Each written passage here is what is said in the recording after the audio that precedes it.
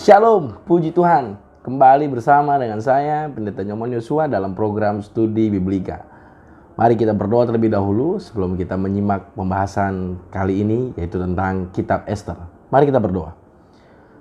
Bapa di sorga, kami sungguh mengucap syukur atas kebaikan-Mu Tuhan. Kami percaya bahwa tangan Tuhan yang senantiasa menopang kami. Tuhan berikan kami kerinduan untuk belajar firman-Mu. Tolong kami, bimbing kami, dan Roh Kudus senantiasa terjemahkan kepada kami supaya kami menjadi umat yang senang belajar bagian firman Tuhan.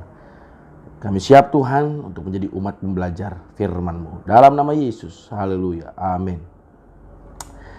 Puji Tuhan, kita sudah belajar kitab Ezra dan Nehemia dari waktu minggu lalu, dan saya percaya bahwa kitab Ester akan menjadi sebuah kitab yang memberkati kita. Ya, Ezra, Nehemia, Ester adalah tokoh-tokoh yang sangat luar biasa yang akan mengakhiri bab yaitu kitab sejarah dalam Perjanjian Lama. Jadi dalam Perjanjian Lama ada Pentatuk, ada sejarah, kitab puisi, nabi besar, nabi kecil, dan Ester mengakhiri serial kitab sejarah. Nah, kita akan menyimak dari Bible Study Project seperti biasa. Harap kita rindu buat catatan supaya kita senantiasa mendapat pelajaran rohani setiap program studi Biblika. Mari kita menyaksikan. Selamat menyimak. Kitab Ester. Ini adalah salah satu kitab yang sangat menarik dan tidak biasa dalam Alkitab. Kisahnya terjadi sekitar lebih dari 100 tahun setelah pengasingan bangsa Israel dari tanah perjanjian ke Babel. Dan meskipun beberapa orang Yahudi telah kembali ke Yerusalem, ingat Ezra dan Nehemia, namun banyak juga yang tidak.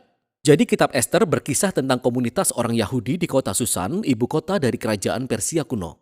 Tokoh utama dalam kitab ini adalah dua orang Yahudi, Mordekai dan keponakannya bernama Ester. Lalu ada raja Persia yang suka mabuk-mabukan dalam kisah ini. Dan ada pejabat Persia yang bernama Haman, dia sangat licik. Nah, kitab ini sangat tidak biasa dalam Alkitab, khususnya karena nama Tuhan tidak pernah disebutkan, bahkan satu kali pun. Dan mungkin ini sangat mengejutkan bagi kita. Maksud saya, bukankah Alkitab ini tentang Tuhan? Tetapi ini adalah cara cerdas penulis yang tidak pernah diketahui identitasnya. Kitab ini mengundang kita untuk membaca sambil mencari keterlibatan Tuhan.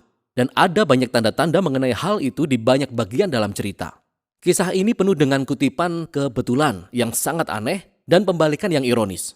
Dan semua itu memaksa kita untuk melihat bahwa tujuan Tuhan sedang dikerjakan dari balik layar.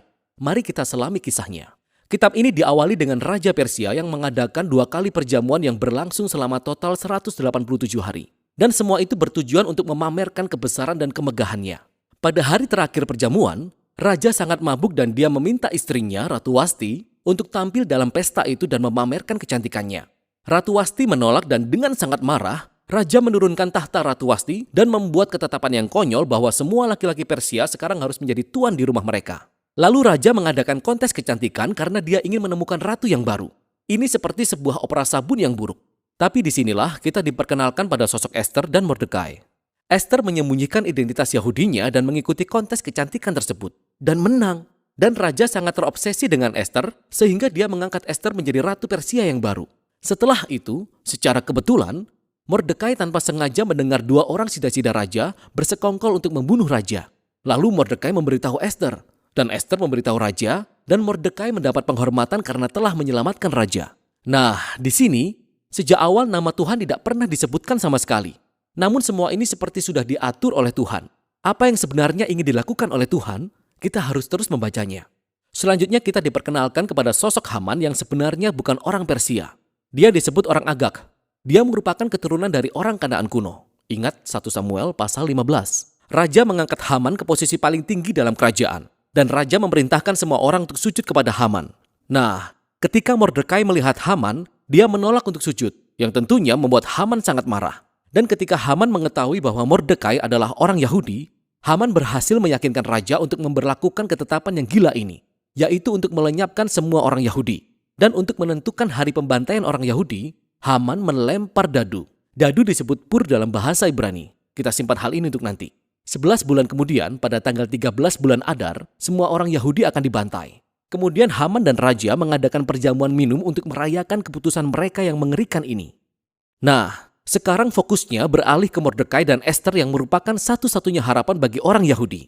Mereka menyusun sebuah rencana bahwa Ester akan mengungkapkan identitas Yahudinya kepada Raja dan meminta Raja untuk membalikkan ketetapan yang sudah dibuatnya. Tetapi datang kepada raja tanpa undangan khusus menurut hukum Persia merupakan sebuah tindakan yang bisa diganjar dengan hukuman mati. Jadi dalam sebuah pernyataan kunci, Mordekai yakin bahwa andai kata Ester tetap diam, pembebasan untuk orang-orang Yahudi akan datang dari pihak lain. Dan kemudian Mordekai bertanya dengan lantang. Dia berkata, siapa tahu, mungkin justru untuk saat yang seperti ini, engkau beroleh kedudukan sebagai ratu. Ester menanggapi dengan keberanian dan dia memutuskan untuk menghadap raja dengan sebuah kalimat yang luar biasa. Kalau terpaksa aku mati, biarlah aku mati. Dan kita akan melihat terjadinya pembalikan yang ironis atas rencana-rencana jahat Haman. Jadi Ester menjamu raja dan Haman dalam perjamuan pertama. Dan Ester mengatakan bahwa dia ingin membuat permohonan khusus kepada mereka berdua dalam perjamuan eksklusif di hari berikutnya. Haman meninggalkan perjamuan pertama dalam keadaan mabuk. Dan dia bertemu Mordekai di jalan. Dia menjadi penuh dengan amarah. Dan Haman menyuruh mendirikan tiang gantungan supaya Mordekai bisa digantung di situ keesokan paginya. Tidak ada yang lebih buruk bagi orang Yahudi dan bagi Mordekai. Namun, seketika kisahnya berubah. Tiba-tiba malam itu raja tidak bisa tidur. Dan dia meminta dibacakan kitab catatan sejarah sebelum tidur. Dan kebetulan raja mendengar tentang bagaimana Mordekai telah menyelamatkan hidupnya. Dia benar-benar telah lupa. Lalu di pagi hari, Haman datang untuk meminta izin melakukan eksekusi terhadap Mordekai. Dan pada saat itu, raja meminta Haman untuk menghormati Mordekai di depan halayak. Oleh karena dia telah menyelamatkan hidup raja. Sehingga sekarang, Haman harus mengawal Mordekai mengelilingi kota dengan menunggangi kuda kerajaan. Dan meminta semua orang menghormati Mordekai. Momen inilah yang menjadi pusat dari keseluruhan kitab ini. Ini adalah momen kejatuhan Haman dan diangkatnya Mordekai ke tampuk kekuasaan. Lihatlah bagaimana semuanya terjadi. Hari berikutnya adalah perjamuan kedua Ester. Jadi raja dan Haman menghadirinya. Dan pertama-tama Ester memberitahukan kepada raja bahwa dia adalah orang Yahudi. Dan kedua, bahwa Haman telah memberlakukan ketentuan untuk membunuhnya dan membunuh Mordekai yang telah menyelamatkan nyawa raja dan untuk membunuh semua orang Yahudi. Saat itu raja sedang mabuk. Jadi ketika dia mendengar kabar itu, dia menjadi marah dalam kemabukannya. Dan dia menitahkan supaya Haman digantung pada tiang yang sudah dia buat untuk Mordekai. Ini adalah cara kematian yang ironis dan tragis bagi Haman. Namun eksekusi mati terhadap Haman tidak menyelesaikan masalah tentang ketetapan untuk membunuh semua orang Yahudi. Sekarang fokusnya beralih kepada Ester dan Mordekai yang menyusun rencana untuk membalikkan ketetapan itu. Mereka mendapati bahwa raja tidak bisa mencabut ketetapan yang sudah dibuatnya. Sebagai gantinya, raja meminta Mordekai untuk membuat ketetapan yang berlawanan. Pada hari yang sudah ditentukan bahwa semua orang Yahudi harus dibunuh, yaitu tanggal 13 bulan Adar, orang Yahudi diperintahkan untuk melindungi dirinya sendiri dan menghancurkan siapa saja yang hendak membunuh mereka. Lalu Mordekai, Ester dan semua orang Yahudi mengadakan perjamuan dan pesta untuk merayakan ketetapan baru ini. Dan Mordekai diangkat sebagai tangan kanan raja. Dan tibalah hari yang telah ditentukan. Orang Yahudi menang atas musuh-musuhnya. Pertama, mereka menghancurkan keluarga Haman dan pejabat Persia lainnya yang ikut bersekongkol dengan rencana Haman.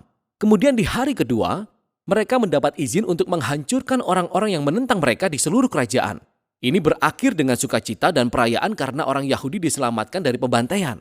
Kisah ini juga menceritakan bagaimana Ester dan Mordekai membuat ketetapan tentang perayaan tahunan pesta Purim yang berlangsung selama 2 hari sebagai peringatan akan pembebasan orang Yahudi dari kehancuran. Dan nama perayaan ini berasal dari dadu Haman. Ingat, Purim. Kitab ini diakhiri dengan sebuah epilog singkat tentang diangkatnya Mordekai menjadi orang nomor 2 dalam kerajaan.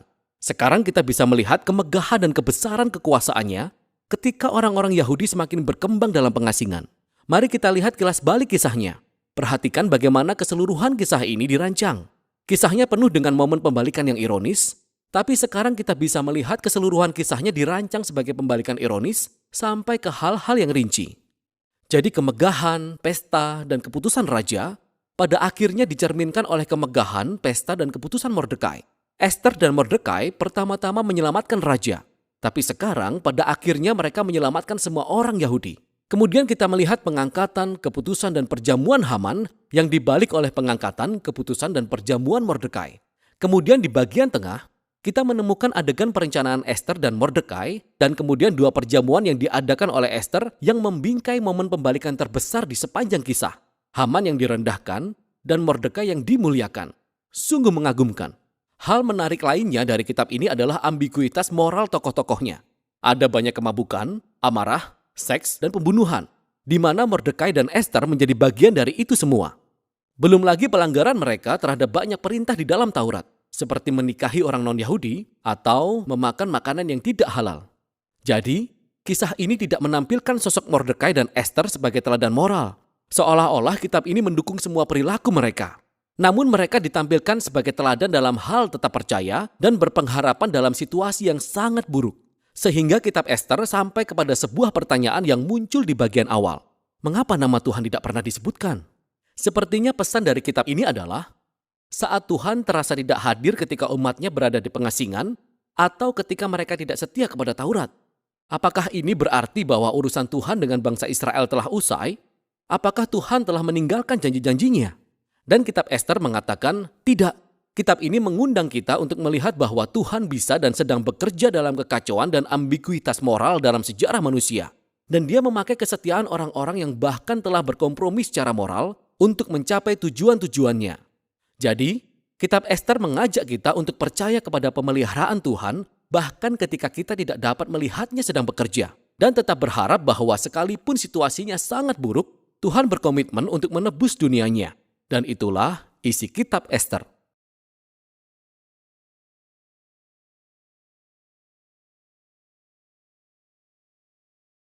Haleluya, puji Tuhan. Video yang tentu sangat memberkati. Saya percaya bahwa bagian yang disajikan oleh Bible Study Project dikerjakan oleh tim yang sangat profesional, kreatif, dan begitu sangat sederhana sehingga kita bisa menyimak, melihat gambaran garis besarnya. Bapak Ibu sekalian, generasi muda, para pelayan Tuhan, kitab Ester begitu sangat luar biasa. Sebuah kisah yang mengharukan. Ya, kita bisa melihat gambarannya dan di sekolah minggu hingga remaja sering kita ulang-ulang kisah Ester ini. Tapi kisah apa sebenarnya? Ini adalah kisah di mana seorang tokoh yang dipakai Tuhan luar biasa, tokoh yang begitu dahsyat dipakai Tuhan dengan ajaib untuk menjadi umat yang takut akan Tuhan, bukan takut kepada sang penguasa di bumi ini. Ya, kita tahu kisah Ester adalah seorang perempuan yang cantik parasnya, namun dia yatim piatu. Mempelajari kepada kita bahwa latar belakang kita bukan berarti adalah sebuah hambatan untuk Tuhan pakai kita. Ester yatim piatu, tapi bisa menjadi ratu, bahkan ratu yang sangat luar biasa dipakai Tuhan menyelamatkan satu bangsa. Ester, ya luar biasa. Seorang yang dia mengalami yatim piatu dan dirawat oleh paman yang bernama Mordekai. Ya, hari ini banyak orang Kristen yang merasa fatherless, merasa nggak punya bapak, merasa akhirnya nggak bisa melayani karena rasa yatim piatu. Ini menguatkan kita yang pertama bahwa sekalipun kita nggak punya orang tua secara kandung, namun Allah menjadi orang tua sejati kita. Dan Injil Yohanes mengingatkan kita bahwa Tuhan tidak membuat kita seperti yatim piatu. Dia adalah Bapa yang baik yang hadir bagi setiap kita. Sehingga dia tidak ingin membiarkan kita memiliki roh yatim piatu, roh merasa nggak punya Bapa. Ester adalah pribadi yang peka akan suara Allah melalui Mordekai, pembinaan iman yang diajarkan dan mengasihi umat Tuhan, membuat Ester menjadi pribadi yang dipakai Tuhan. Ya, pertama kita belajar bahwa sekalipun yatim piatu, sekalipun nggak punya ayah kandung, tapi dia memiliki ayah bapa rohani yang luar biasa. Paman yang dipakai menjadi bapa rohaninya. Tapi terlebih Allah yang menjadi bapa yang sejati dalam hidupnya. Artinya kita belajar bahwa latar belakang kita tidak menghalangi kita dipakai Tuhan. Jangan pernah merasa yatim piatu. Ya, jangan pernah merasa kita nggak punya bapa. Tuhanlah bapa kita yang sejati. Dan dialah bapa yang senantiasa menjaga umatnya melalui Ester. Ya, Allah Bapa menjaga umat Israel sehingga tidak dibinasakan. Kita tahu kisahnya, ya Israel, umat Yahudi harus dibinasakan. Namun Tuhan janjinya luar biasa. Dia ingat janjinya, dia nggak akan binasakan. Dia jaga umat pilihannya. Haleluya. Dan Tuhan pakai Ester. Ya, kalau Tuhan pakai Ester, Tuhan juga bisa pakai siapapun kita yang mungkin merasa nggak punya ayah, nggak punya ibu yang ngeperhatinkan kita. Kalau Anda menerima Yesus Tuhan, dia adalah Bapa kita yang sejati. Dia pribadi yang senantiasa menjadi pribadi yang hadir setiap waktu dia sahabat kita. Sehingga jangan pernah merasa yatim piatu. Ini mengingatkan kita bahwa Ester tidak pernah merasa yatim piatu. Ya, dia memiliki hubungan yang baik dengan Tuhan. Dia mau dibapai, dia mau dibimbing oleh Mordekai sebagai pribadi yang takut dan taat akan firman Tuhan. Haleluya. Yang kedua, kita boleh melihat di pasal keempat ayat yang ke-16. Dikatakan begini, pergilah kumpulkanlah semua orang Yahudi. Ini kata Ester kepada Mordekai ketika akhirnya Ester siap untuk merespon visi dan panggilan Allah. Ya, tadinya Ester juga sempat grogi juga, namanya sebuah situasi yang sulit begitu ya. Walaupun ratu nggak boleh sembarang ketemu raja. Tapi di ayat yang ke-16 pasal ke-4 dikatakan begini. Pergilah, kumpulkanlah semua orang Yahudi yang terdapat di Susan dan berpuasalah untuk aku. Jangan makan dan janganlah minum 3 hari lamanya. Baik waktu malam, baik waktu siang, aku serta dayang-dayangku pun akan berpuasa demikian. Puasa Ester, makanya banyak orang pakai puasa Ester 3 hari begitu. Dan kemudian aku akan masuk menghadap raja, sungguh pun berlawan dengan undang-undang. Kalau terpaksa aku mati, biarlah aku mati. Ya walaupun dalam kitab Ester tidak ditemukan kata Tuhan Allah, tapi bukan berarti tidak ada kehadiran Tuhan Allah. Ketika Ester berkata bahwa kumpulkan semua orang Yahudi untuk berpuasa, berarti ada ibadah. Puasa kepada siapa? Ya tidak lain tidak bukanlah kepada Allah Israel yang membebaskan mereka dari Mesir menuju tanah perjanjian, Allah yang luar biasa, Allah yang mereka banggakan. Dan tentunya ini adalah sebuah ciri khas yang luar biasa, sebuah nilai rohani yang sangat-sangat begitu luar biasa bisa kita pelajari. Artinya bahwa begini, yang kedua, ketika Ester sekalipun yatim piatu tidak menghambat dia dipakai Tuhan, jangan pernah merasa yatim piatu, ya ada Allah yang menjadi Bapa kita. Yang kedua, kita belajar bahwa Ester mengingat siapa dirinya sebagai anak Tuhan. Imannya adalah identitasnya yang sejati. Dia ratu. Anda mungkin sekarang berpikir saya pekerja, saya pelajar, hanya sekedar pengusaha, hanya sekedar pelajar, hanya sekedar mungkin pegawai, hanya sekedar mungkin buka usaha. Hari-hari ini banyak orang Kristen, dia hanya berpikir saya cuma sekedar bapak, sekedar ibu, sekedar buka bengkel, sekedar guru. Tapi Ester mengajarkan kepada kita jangan pernah lupa iman kita. Dan ketika dia sadar, dia memiliki iman yang jelas, dia menjadi pribadi yang sadar begini. Ketika dia sadar identitasnya, dia mau menjadi pribadi yang dipakai Tuhan untuk mengubah keadaan. Dia sadar dirinya bukan sedang, oh saya pekerja, saya pelajar, saya nggak bisa buat apa-apa bagi bangsa ini. Saya nggak bisa buat apa-apa bagi keluarga saya yang udah hancur. Dia menyatakan, dia memberikan sebuah sikap tegas. Dia memiliki iman yang jelas, iman yang tegas. Sehingga Ester ya menguatkan, memberikan sebuah pesan yang sangat kuat bahwa posisi dia, walaupun sebagai ratu, dia tidak bilang sekedar hanya saya ratu, saya hanya sekedar ratu, tidak. Dia bilang bahwa berpuasalah, jangan makan, dia siap melawan undang-undang. Bahkan dia berkata kalau terpaksa aku mati, biarlah aku mati. Mengingatkan kita bahwa jangan Anda hanya merasa saya sekedar guru, sekedar pengusaha.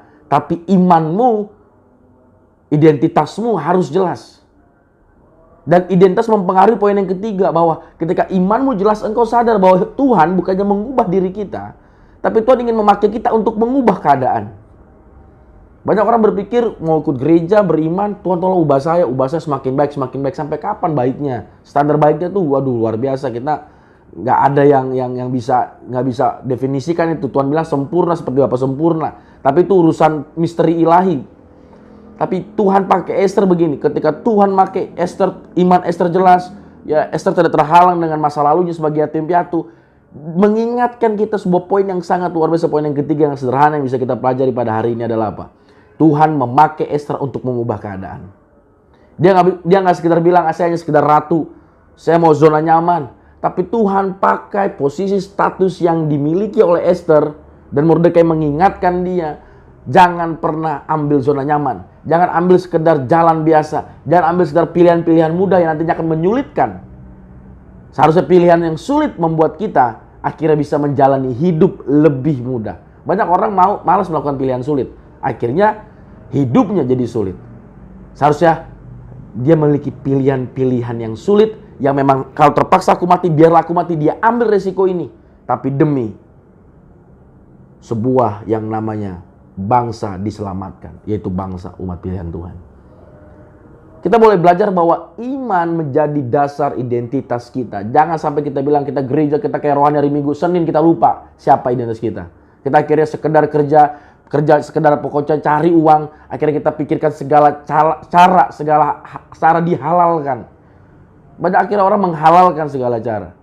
Iman mengingatkan kita bahwa ada Allah yang melihat kita, ada Allah yang senantiasa memperhatikan kita. Dan Tuhan ingin bilang bahwa posisi kita, status kita, iman kita yang jelas, seharusnya bukannya untuk diri sendiri. Ester bisa saja zona nyaman, Ester bisa saja menyelamatkan dirinya sendiri. Ester bisa saja nggak peduli dengan segala kepentingan bangsanya. Tapi Esther boleh terbuka dengan sebuah didikan, bimbingan oleh Mordekai bahwa posisinya, statusnya dengan iman yang jelas memiliki potensi untuk mengubah keadaan. Tuhan ingin menyatakan kepada kita gereja masa kini bahwa posisi status kita walaupun sekecil apapun mungkin gak berarti atau seakan-akan bagi dunia kayaknya kecil sekali. Jangan pernah merasa kecil. Tuhan ingin memakai kita melalui peran kita dengan iman yang jelas untuk mengubah keadaan. Banyak orang akhirnya dengan hal sederhana, bahkan hal kebersihan, teladan kebersihan. Jangan sampai kita orang Kristen malah yang senang buang sampah sembarangan. Jangan sampai kita orang Kristen yang malah tidak peduli dengan lingkungan kita. Seharusnya posisi kita dengan iman yang jelas kita tahu bahwa kebersihan juga tanggung jawab kita. Jangan sampai teman-teman sahabat saudara kita gitu ya, kebersihan adalah sebagian dari iman. Seharusnya Kristen juga menjadi pelopor garda terdepan. Artinya bahwa apa? Jangan sampai kita sekedar berpikir bahwa saya hanya rohani di gereja. Iman saya hanya di gereja. Salah. Esther mengingatkan kita bahwa iman yang jelas sampai kepada dampak bagi kebangsaan. Ini yang keempat. Iman yang jelas membawa dampak bagi kebangsaan. Dampak yang nyata bagi masyarakat. Dampak yang nyata bagi sekitar kita. Dengan apa? Dengan sebuah keputusan yang sulit yang mungkin seringkali lu belagu banget sih sosok bersih. Belagu banget sih sosok jujur, gak usah nyogok buat naik kelas. Belagu banget sih lu demi ini, lu pakai cara yang kurang patut. Kita mungkin bisa diejek oleh dunia, tetapi ingat iman kita menentukan sikap kita, dampak kita, impact kita bagi kebangsaan. Dan ingat, iman bukan sekedar mengubahkan hidup kita, tetapi Tuhan pakai Esther untuk menjadi penentu pengubah keadaan. The changer, pengubah keadaan. Mungkin hari-hari ini keluarga kita sedang dalam keadaan di ujung tanduk. Tuhan pakai istri, Tuhan pakai suami, Tuhan pakai anak. Jangan pikir, saya mah anak gak bisa apa-apa, orang tua berantem, udahlah saya bisa apa. Jangan berpikir gitu. Anda sebagai anak yang kenal Tuhan, doakan papa, doakan mama, bila mungkin terjadi suatu konflik yang tidak mengenakan. Jangan berpikir, adalah itu urusan mama, urusan papa, bukan urusan saya. Anda yang beriman, status Anda jangan berpikir saya sekedar anak. Tapi Anda sebagai anak Tuhan. Dan ingat kalau anak Tuhan, iman yang jelas, iman yang luar biasa, iman yang mengalami Tuhan. Bukan sekedar menjadi mengubah hidup kita, tapi mengubah keadaan. Apa yang menjadi hari ini yang seringkali membuat hidup kita biasa, datar, bahkan di ujung tanduk dalam sebuah kehancuran. Ingat, iman kita menjadi sebuah potensi yang luar biasa untuk menguatkan keberanian kita mengubah keadaan. Iman itu di dalam hidup kita betul. Tetapi dampak keluar eksesnya apa? Keberanian, keyakinan, komitmen, totalitas, tidak takut mati bahkan. Ketika dia bilang beriman seperti Esther, dia berani mati untuk menjadi pengubah keadaan. Nah, hari ini banyak orang Kristen menjadi orang yang sekedar jalan aman, jalan comfort zone. Tapi hari ini firman Tuhan mengingatkan kita, bahkan mengingatkan saya, jangan ambil jalan aman di bumi ini. Kita harus berani siap mati untuk menjadi pengubah keadaan. Siap mati untuk menggenapi rencana Allah. Tapi bukan mati konyol, bukan sembarang mati. Tapi di dalam sebuah rencana yang luar biasa. Esther mati dalam sebuah, ini cara satu-satunya yang harus dilakukan. Bukan sekedar dilakukan, tapi memang harus dilakukan. Dan singkat cerita, Tuhan pakai Esther untuk menjadi pribadi yang senantiasa bangsa Israel diselamatkan. Walaupun tidak mudah, nanti ada baca seterusnya. Walaupun ada peraturan yang gak bisa diubah oleh raja, tapi dibuat peraturan baru. Tapi banyak hal yang perlu kita pelajari. Kembali studi Biblika tidak mendetailkan semua kisah, tapi bagian besar spirit utamanya untuk mengajak kita kembali baca dan ulang-ulang firman Tuhan. Yaitu adalah sadari bahwa imanmu di dalam Tuhan membawa potensi untuk mengubah keadaan. Dan jangan berpikir, saya ini yatim piatu, Esther yatim piatu, membuktikan masa lalu tidak menghalangi untuk masa depan kita gemilang di dalam Tuhan. Hari ini banyak orang yang kayaknya, nggak bisa lah, orang tua saya nggak mampu, nggak seperti yang lain. Nggak mungkin lah saya bisa, suami saya kurang jago kerjanya, bisnisnya. Jangan kita berkata demikian. Tuhan bisa memakai siapa saja bagi orang-orang yang mau dipakai oleh Tuhan. Pertanyaannya, mau kita seperti Esther yang menerima didikan Mordekai, yang menerima visi Allah, yang meresponi kehendak Allah. Seringkali saya bilang, seringkali kelemahan kita adalah tidak mau merespon. Dan seringkali kita malu dengan identitas kita sebagai anak Tuhan. Dan seringkali kita sedar bilang, saya sekedar pelajar, sekedar istri pak, nggak bisa apa-apa. Ya sekedar suami, saya nggak bisa apa-apa dalam pekerjaan. Saya takut dengan bos, saya nggak bisa melakukan yang terbaik. Itu alasan yang dipakai segala roh iblis. Mungkin kita kadang kemalasan kita untuk membenarkan segala hal. Sehingga kita tidak mau menjadi pemenang. Tapi hari ini Esther mengingatkan kita, masa lalu tidak bisa menghalangi iman yang jelas membawa kepada sebuah semangat yang jelas, sikap yang jelas. Dan yang ketiga, bahwa kita boleh belajar bahwa dari iman yang jelas seharusnya membawa dampak bagi kebangsaan. Iman tidak sekedar mengubahkan kita, tapi mengubahkan keadaan. Itu yang luar biasa. Jadi iman yang sejati membawa kita untuk menjadi pengubah keadaan. Hari ini gereja Anda butuh Anda untuk menjadi mengubah keadaan, menjadi tempat yang lebih baik. Rumah Anda butuh Anda ketika Anda sadar iman Anda, bagaimana rumah kita, keluarga kita menjadi keluarga yang lebih baik. Kantor Anda, sekolah Anda, masyarakat kita butuh anak-anak Tuhan yang memiliki iman yang jelas, yang tidak lagi terbayang dengan masa lalu yang kelam. Sehingga iman kita menjadi sebuah semangat bahwa kalau Tuhan mengubah saya pun bisa dipakai Tuhan untuk mengubah keadaan. Bahkan dampak iman yang sejati, dampak iman yang rohani bukannya jago di gereja, tapi membawa kita menjadi dampak bagi kebangsaan ini. Kita akan menghadapi pemilu pilkada serentak di tahun depan. Gereja harus hadir, netral, harus menyampaikan suara damai. Tapi bukan berarti kita biasa apatis bahkan golput. Tetapi jadi umat yang senantiasa mendoakan pemerintah, bergerak, berdaya, dan berdampak bagi Indonesia ini. Banyak sekolah yang membutuhkan uluran kita, banyak yayasan, banyak gereja, banyak hamba-hamba Tuhan, banyak pekerjaan Tuhan yang membutuhkan Anda. Jangan zona nyaman. Imanmu menentukan bahwa hidupmu bukan hanya sekedar hidup buat dirimu, tapi hidup bagi Tuhan. Dan jangan seterusnya aku saja yang pengen diubah, aku yang semakin baik, aku semakin properti, aku semakin makmur, aku semakin nyaman. Tidak. Kenyamanan Esther bukan jadikan alasan dia mau comfort zone.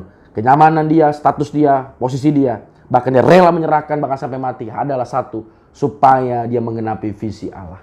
Mari kita menjadi pribadi yang sadar bahwa Tuhan ingin memakai kita menjadi anak-anak Tuhan yang beriman, yang menyatakan imannya dengan jelas dan berdampak nyata bagi bangsa ini. Dan bangsa ini butuh kita, butuh gereja yang sehat, gereja yang berdampak, gereja yang mau senantiasa seperti Esther dipakai Tuhan menggenapi visi Allah. Haleluya. Mari kita berdoa.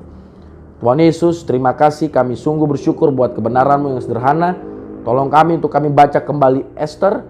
Tolong kami supaya kami tidak suam-suam. Tolong kami supaya kami tidak biasa-biasa. Kami rindu menjadi umat Tuhan yang sadar. Iman kami, identitas iman yang jelas membawa kami untuk menjadi pengubah keadaan. Tolong jamah keluarga kami, gereja kami, mungkin komunitas kami, mungkin sekolah kami, pekerjaan kami, usaha kami, apapun dilakukan Tuhan, tolong jamah. Biarlah kami semakin dalam mengalami firman Tuhan, dan iman yang kuat membawa kami kepada dampak yang jelas, dampak yang nyata. Dalam nama Yesus kami berdoa. Haleluya. Amin. Tuhan Yesus memberkati.